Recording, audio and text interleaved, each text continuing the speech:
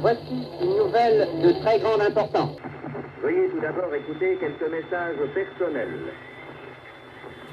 Moi, je fais une grosse différence entre l'image et la peinture, même si mon travail fait image, évidemment, puisque je figure des choses, mais avant tout, ça parle de peinture et c'est de la peinture. Voilà. Le fantôme n'est pas bavard. Nous disons, l'abbé est nerveux. L'art, c'est l'intuition de la raison.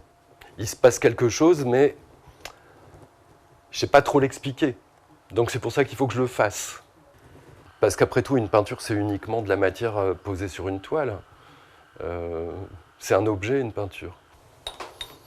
Et à travers la peinture, tenter de relater une présence humaine, alors que c'est un objet, c'est quelque chose qui, moi, m'intéresse énormément. C'est un petit peu comme ça que je vis, en tout cas, moi, ma pratique de peintre. À chaque fois, dans mon travail, y compris sur la guerre, il y a toujours un rapport à la peinture elle-même et même à l'histoire de la peinture. Donc cette idée de la matière, du champ de boue, c'est comme un champ de bataille en fait, une palette quelque part.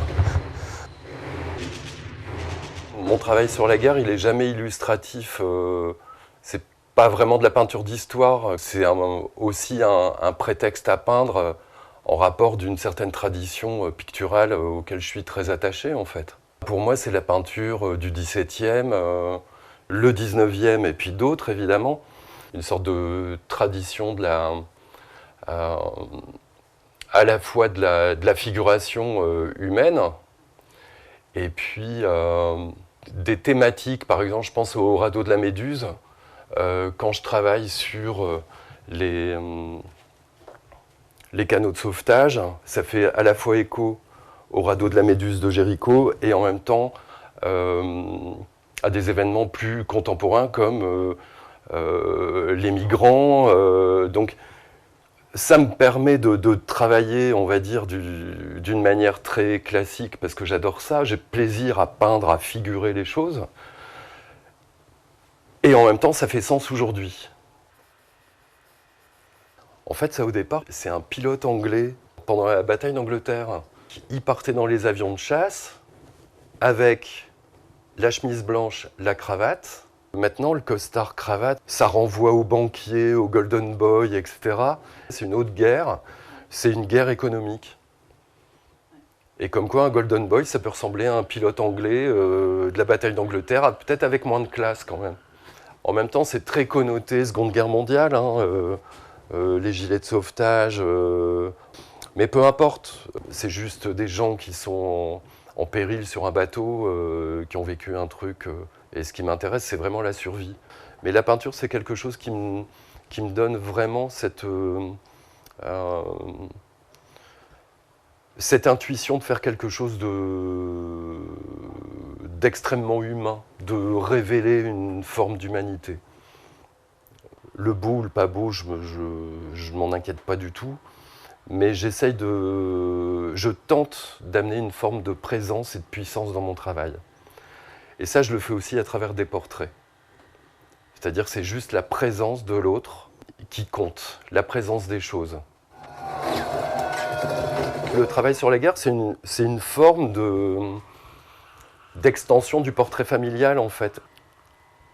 Une grand-mère qui avait vécu la Seconde Guerre mondiale et les bombardements, notamment à Tourcoing. Il y avait un arrière-grand-père qui me parlait beaucoup de la guerre de 14, les histoires familiales et puis la géographie et l'histoire de la région font que, bah oui, on baigne dedans, quoi. J'ai un père qui collectionne les objets de la Première et de la Seconde Guerre mondiale, et donc j'ai vécu avec des objets comme ça depuis que je suis né, quasiment. Les brancards, ça a commencé. J'étais en train de peindre toute une série d'infirmiers, d'infirmières, etc. C'est l'idée de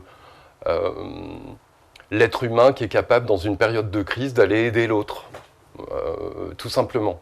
Et ça, je me suis aperçu que c'était universel, parce qu'on prend n'importe quelle iconographie de n'importe quelle guerre, ça existe tout le temps. des gens qui vont s'occuper des autres, qui sont dans une situation plus que dramatique.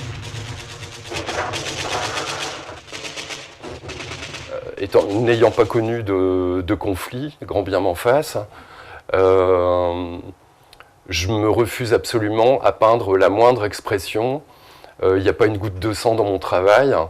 Je mets une distance et je me refuse à une forme d'expressionnisme qui serait malvenue parce que pas vécu. Donc ça serait très malhonnête de ma part.